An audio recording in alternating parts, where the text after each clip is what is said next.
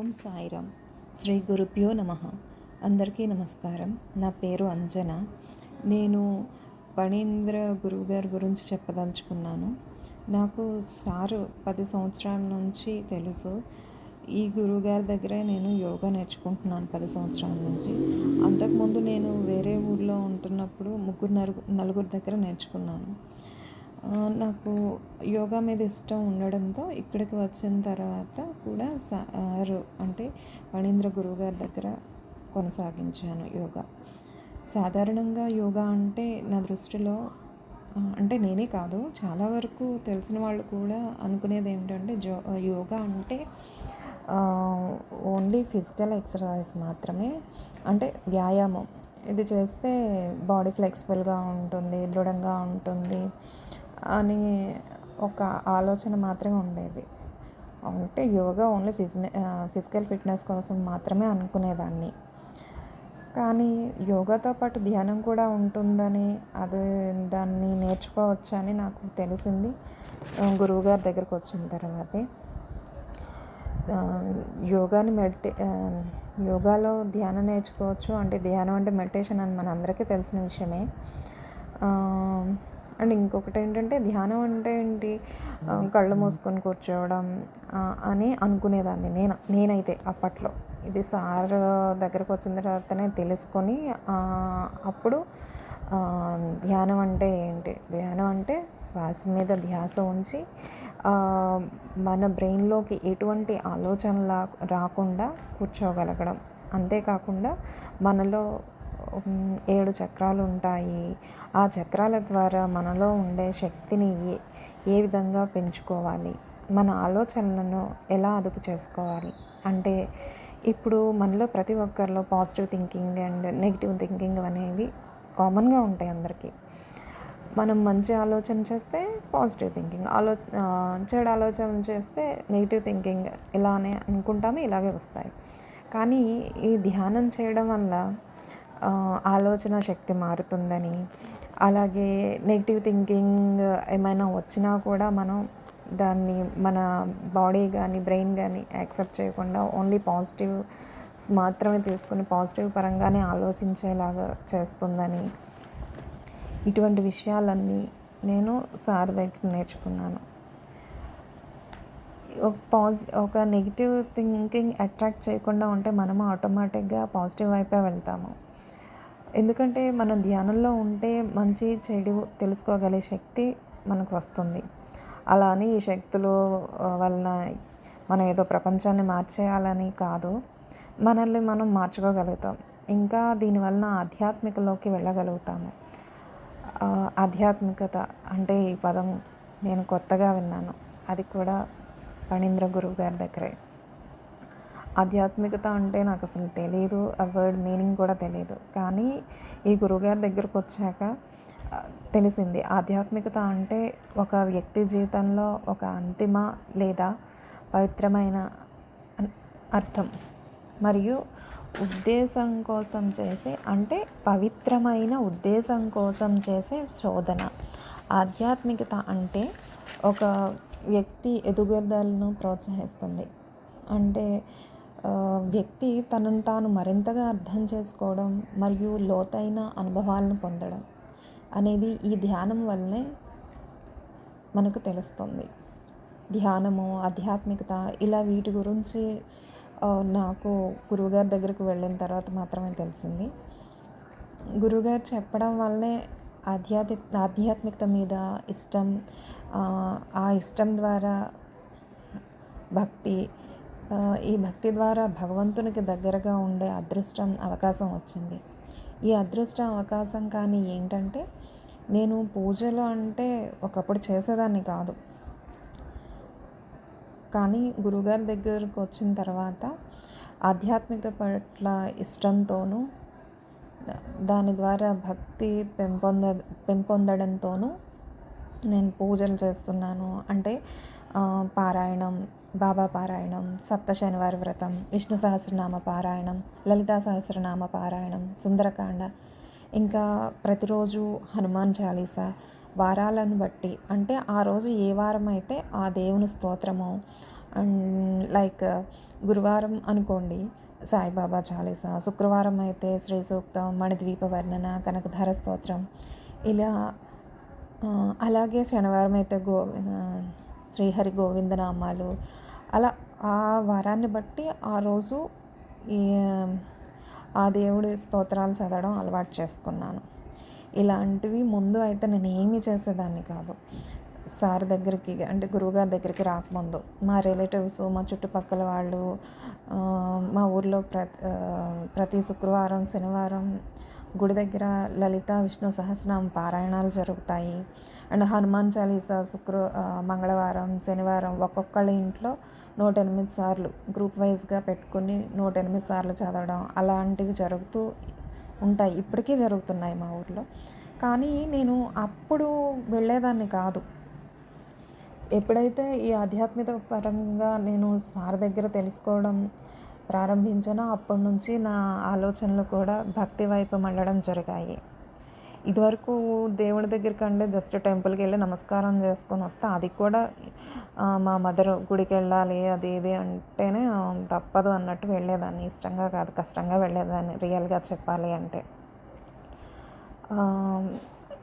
ఇది మాత్రం నాకు గురువుగారి వల్లే వచ్చింది. అండ్ గురువుగారు నాకు ఎప్పుడో ఒకటి చెప్తారు, ఏదైనా నేర్చుకుని వదిలివేయడం కాదు,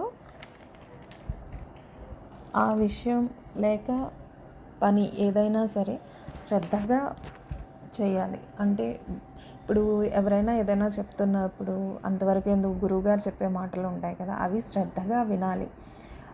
ఏదో టైంపాస్కి వచ్చాము, కూర్చున్నాము, వెళ్ళాము అన్నట్టు కాదు. రెగ్యులర్గా వస్తున్నాం, రావడం వల్ల ఏం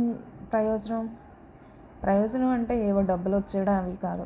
డబ్బుల గురించి కూడా సార్ డబ్బు ఎప్పుడూ కూడా అవసరానికి అనవసరానికి కాదు. డబ్బు అనేది ప్రపంచం కాదు, మనిషికి మనిషి సాయంగా చేయగలిగేలా ఉండాలి తప్పించి డబ్బు అనేది ప్రపంచం కాకూడదు. అసలు డబ్బు అంటే అసలు ఆలోచన కూడా రాకూడదు. డబ్బు వల్లనే నేను ఈ స్థితికి వెళ్తాను వస్తాను అనేది ఎప్పుడూ లేదు.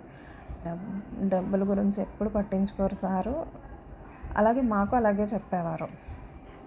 అదే కాకుండా నేను ఆల్రెడీ ఒక విషయం చెప్తున్నాను, ఇంకో టాపిక్కి వెళ్ళిపోతున్నాను, సారీ. శ్రద్ధ గురించి మాట్లాడుతున్నాను ఇక్కడ.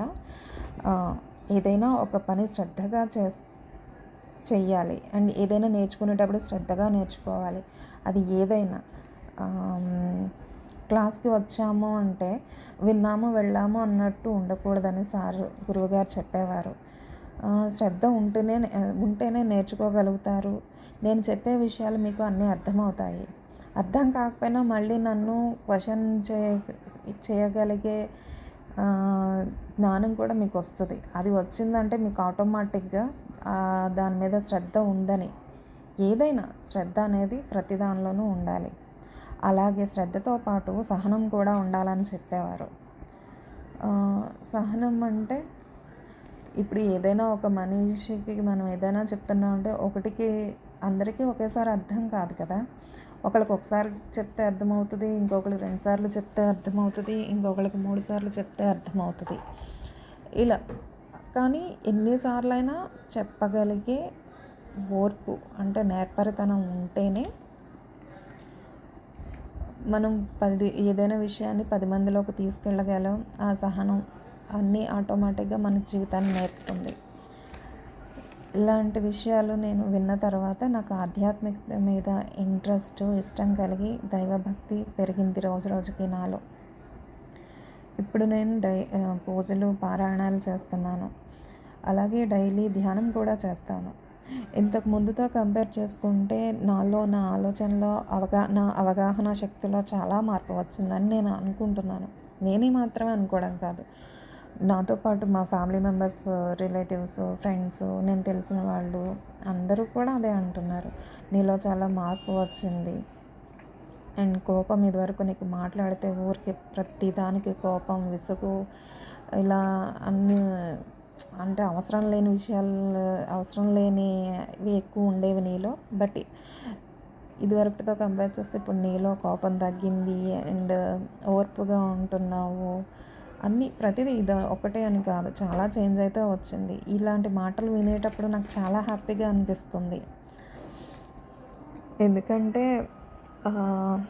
ఒకప్పుడు మనల్ని ఈవిడికి కోపం ఎక్కువ, ఆవిడ ఇలాగే మాట్లాడుతుంది, ఎవరి మాట వినదు అని అన్నప్పుడు మనం ఎంత ఫీల్ అయ్యామో, ఇప్పుడు నువ్వు మారావు, కోపం తగ్గింది, ఇలాంటివి అన్నీ చెప్తుంటే హ్యాపీగా అనిపిస్తుంది కదండి ఆటోమేటిక్గా. నాకైతే అనిపించింది కూడా.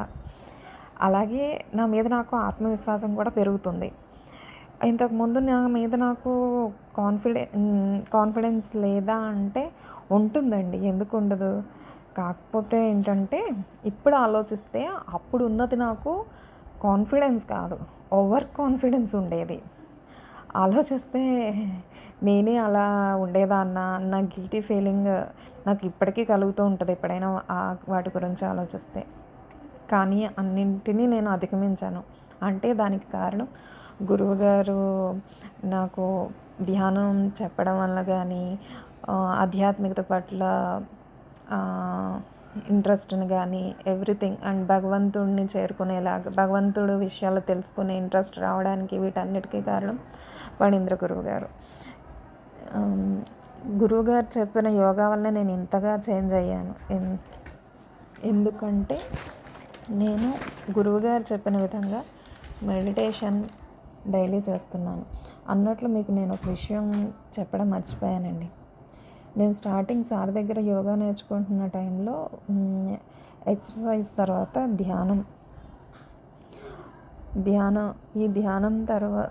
ఈ ధ్యానం గురించి చెప్పేటప్పుడు చక్రాస్ గురించి కూడా చెప్పేవారు. మనలో 7 చక్రాస్ ఉంటాయని, వాటి వల్ల మన శరీరానికి, మనసుకి, హోల్ బాడీకి శక్తిని ఈ చక్రాస్ నుంచి వస్తుందని.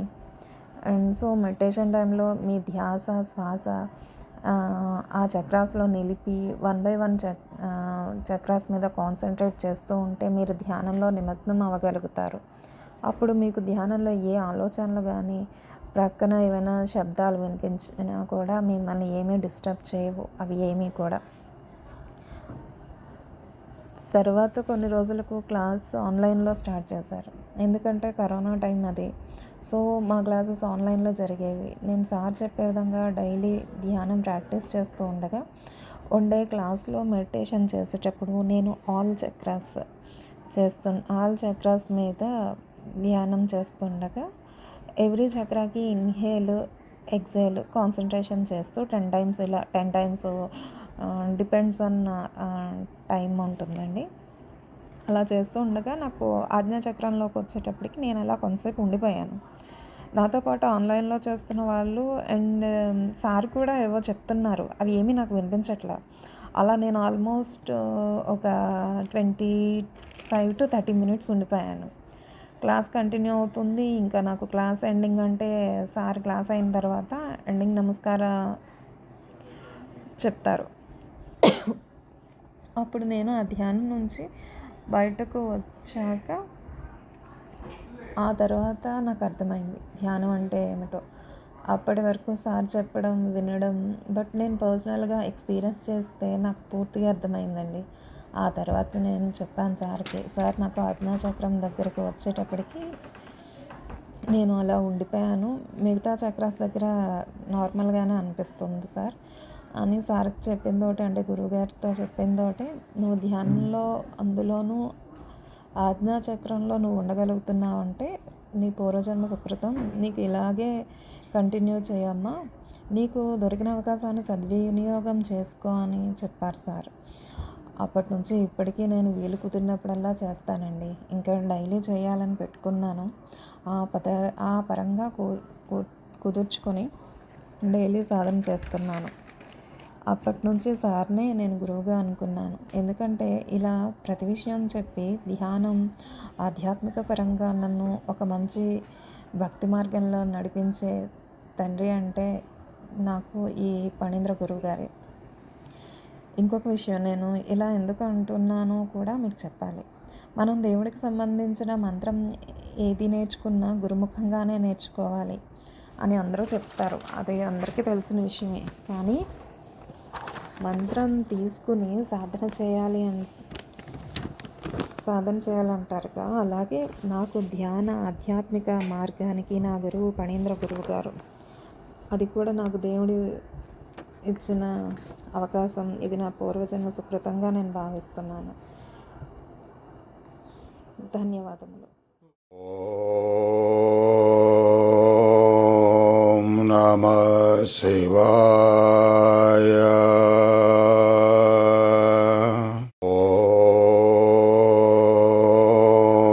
ఓం నమః శివాయ.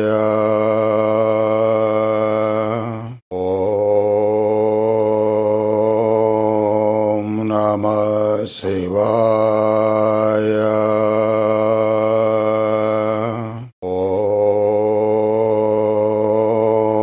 ఓం నమః శివాయ. ఓం నమః శివాయ. ఓం నమః శివాయ.